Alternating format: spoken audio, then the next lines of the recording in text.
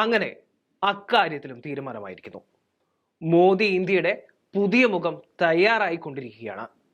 ഒറ്റ തെരഞ്ഞെടുപ്പിന് കളമൊരുങ്ങി ഏകാധിപതിയായി ഇനിയുള്ള കാലം അസഹിഷ്ണുതയിൽ ജീവിക്കുവാൻ തയ്യാറായിക്കൊണ്ടിരിക്കുകയാണ് ഇന്ത്യൻ അല്ല ഭാരതീയ ജനത.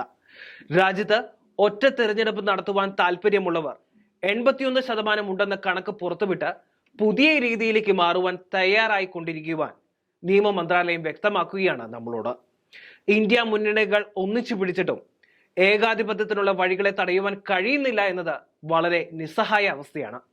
വരുന്ന 27-ന് മുൻ രാഷ്ട്രപതി രാംനാഥ് കോവിന്ദിന്റെ അധ്യക്ഷതയിൽ ഉന്നതാധികാര സമിതി യോഗം ചേരാനിരിക്കെയാണ് പൊതുജന അഭിപ്രായ സർവേ റിസൾട്ട് പബ്ലിഷ് ചെയ്യപ്പെട്ടിരിക്കുന്നത്. ഇതോടുകൂടി കമ്മീഷൻ സർക്കാരിന് റിപ്പോർട്ട് സമർപ്പിക്കുകയും 2029-ന് ഒറ്റഘട്ടമായി ലോക്സഭ നിയമസഭാ ഇലക്ഷൻ നടക്കുമെന്ന് ഏറെക്കുറെ ഉറപ്പായിരിക്കുന്നു. തിരഞ്ഞെടുപ്പുകൾ പൊതു ഖജനാവിന് ഭീമമായ സാമ്പത്തിക ബാധ്യതയുണ്ടാക്കുകയാണ്. 3426 കോടി രൂപയാണ് 2014-ലെ ലോക്സഭാ ഇലക്ഷനായി സർക്കാർ ചിലവാക്കിയതെന്ന് കേൾക്കുമ്പോൾ നികുതി നൽകുന്ന ഏതൊരു പൗരന്റെയും കണ്ണ് തള്ളുക സ്വാഭാവികമാണ്. കൂടാതെ പൗരന്മാർ വികസനം ഉൾപ്പെടെ എല്ലാതര സമയനഷ്ടവും കള്ളപ്പണവും അഴിമതിയും സർക്കാർ ജീവനക്കാരുടെ ഓവർ ഡ്യൂട്ടി തുടങ്ങിയവയ്ക്കെല്ലാം പരിഹാരമായി ഭാരതീയ ജനതാ പാർട്ടി ഉയർത്തിക്കാണിക്കുന്ന ഒരു തിരഞ്ഞെടുപ്പ് എന്ന ആശയത്തിന് പിന്നിലുള്ള കാരണങ്ങൾ ഇവയൊക്കെയാണ്. അടിക്കടിയുള്ള തിരഞ്ഞെടുപ്പുകൾ വികസനത്തെ മന്ദഗതിയിലാക്കുമെന്നും ഇലക്ഷൻ കോലാഹലത്തിലൂടെ നയങ്ങളുടെ നടത്തിപ്പിൽ വീഴ്ചയുണ്ടാകുമെന്നും ആവലാതിപ്പെടുന്നവർ പുൽവാമ പോലുള്ള സംഭവങ്ങളിലൂടെ രാജ്യസുരക്ഷ എന്ന വികാരം കത്തിച്ച് വീണ്ടും അധികാരത്തിലേറി അയോധ്യയിലൂടെ 3-ാം ഊഴത്തിന് ആഹോരാത്രം പരിശ്രമിച്ചു കൊണ്ടിരിക്കുകയാണ്.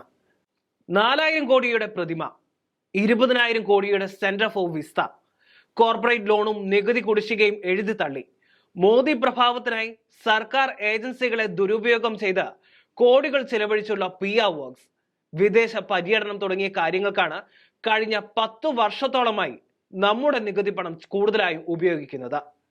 ഒരു ഭാഷ, ഒരു ജനത, ഒരു സംസ്കാരം, ഒരു രാജ്യം, ഒരു അഭിലാഷം, ഒരു നിശ്ചയം, ഒരു നേതാവ്, ഒരേയൊരു വർഗീയ മുഖമുള്ള ഏകാധിപതി.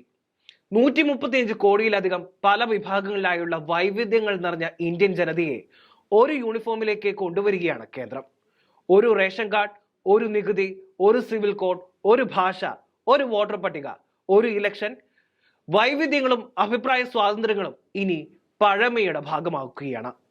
ഇന്ത്യ ജനാധിപത്യത്തിന്റെ അമ്മ എന്നതാണ് ഈ വർഷത്തെ റിപ്പബ്ലിക് തീം. ഇനിയുള്ള നാളുകളിൽ ഈ തീമിന് എത്രത്തോളം പ്രസക്തിയുണ്ടാകുമെന്ന് നാം ഓരോരുത്തരും ചിന്തിക്കേണ്ടിയിരിക്കുന്നു. നമ്മുടെ മനസ്സ് തിരഞ്ഞെടുപ്പിൽ ഭരിക്കട്ടെ.